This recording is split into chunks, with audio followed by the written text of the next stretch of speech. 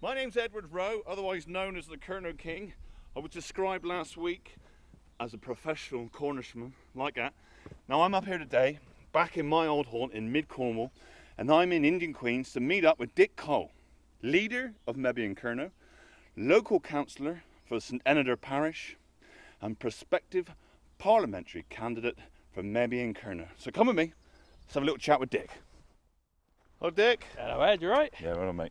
So Dick, we're up in your parish, St Eneder Parish. We've come up in today. Queen's Pit. And what a stunning pit it is. Handsome. Best looking pit in Cornwall. So we're up here today, just come up to find out a bit more about you, a bit more about MK. So you're currently councillor for St Eneder? Yeah, I'm a Cornwall councillor for St Eneder Parish, which covers Indian Queens, St Callum Road, Fradden, Somercourt and the surrounding areas. I've been doing that for 15 years and very pleased to be able to work for my local area really. It's where my family's lived forever and ever and it's really important to me. So what's your biggest challenge up here? I think you're from Clay Country as well, Ed, aren't you? And I think it's about making sure we get a fair deal for our area compared to the other parts of Cornwall. Certainly over the last few years, what's kept me going as a councillor is working with community groups, my parish council, and raising money through grants to get new things like play equipment for the children, extensions to village halls, and even new community buildings.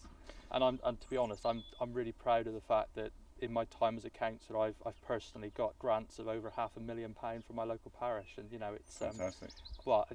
It's what makes the job really worthwhile when you can see your community improving.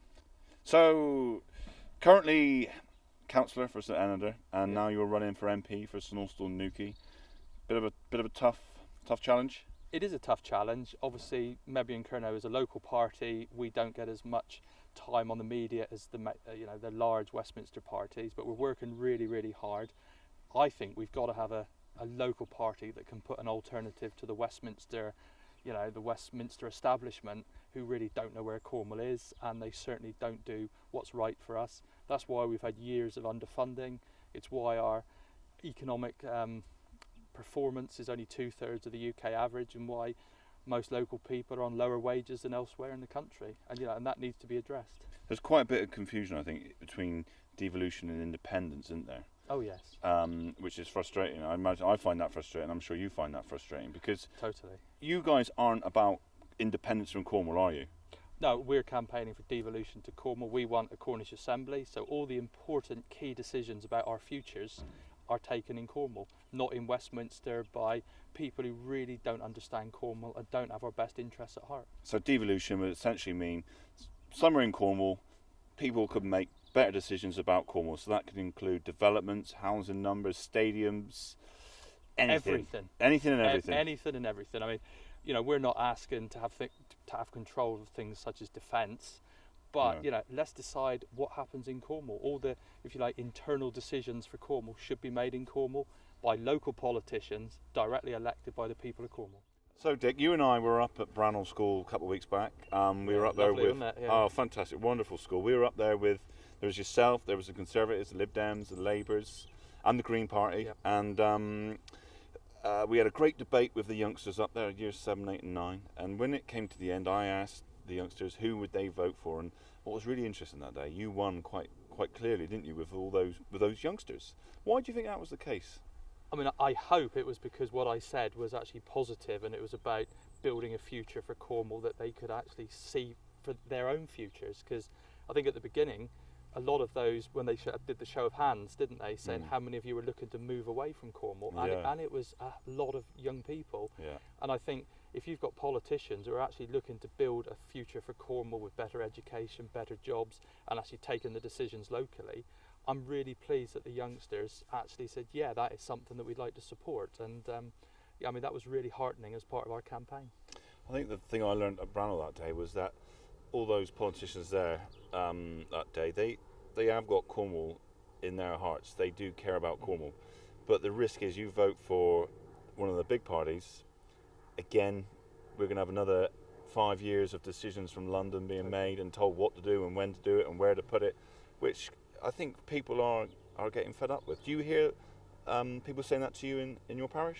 I do indeed, because people want things decided locally. those MPs that are local may actually vote against the government when it's in Cornwall's best interest.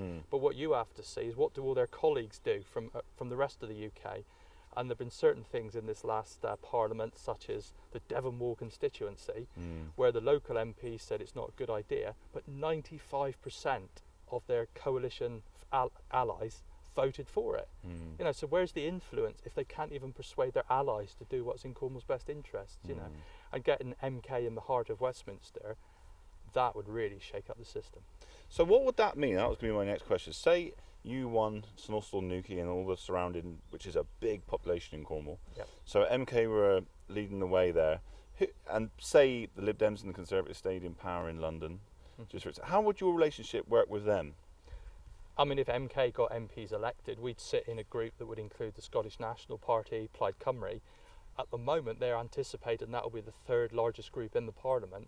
So they could, you know, they've been described as kingmakers, and they're certainly going to be in a position to actually have a lot of influence and also to get loads of concessions for the Celtic parts of the United Kingdom. If we're not there, I think Cornwall may lose out yet again.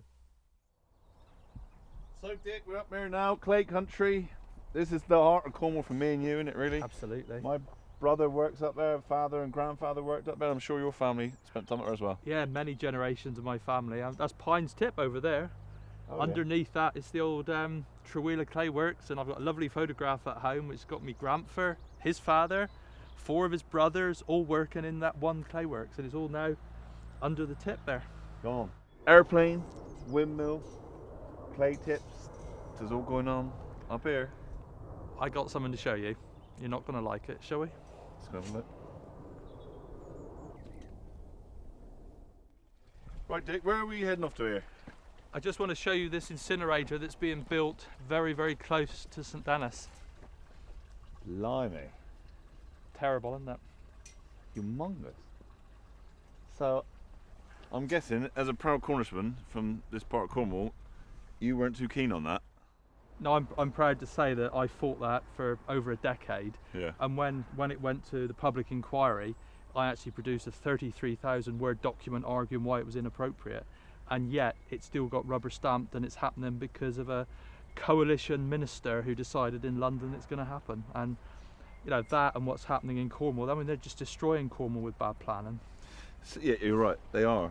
And you know, that sort of thing wouldn't happen in some of the more desirable areas of Cornwall that are perceived by another population, the Foys, the Port Isaacs, the Lewes. I mean, that wouldn't appear around there, would it? I mean, we know well, coming here from Clay Country, we get dumped on. It's totally unacceptable, and you know, that's one of the strong things I've been doing for many years, is trying to fight back for our area. So what, if you got in power in mid-Cornwall, St Austell, Newquay and surrounding, what would you do about things like this and other bigger developments? Well, I think, I mean, you go to Newquay, you go to Bodmin, you go down west, you know, the amount of housing growth that's happening, and it's not happening because people need houses as such, it's happening because it's about profit more than anything else, because they're not delivering enough affordable housing. No. Whole thing's out of control. It's being dictated to by Westminster politicians. I say we need all decisions about planning in Cornwall, so that things like this aren't allowed to happen, so that we do the housing that people need, not just allow large developers to make mass profits. And you know, the whole thing needs to change, and I can't see any of the other, you know, the London parties actually getting to grips with it at all. No, I can't see that either. I had a discussion with a chap in one of your rivals who kept saying it's about profit, and I said, why is it about profit? And he said, that's just the way it is. But that doesn't have to be the way it is anymore, does it? We can change these sort of things. I mean, people like you can change these things. People have got to fight it, or else it will be too late for Cornwall.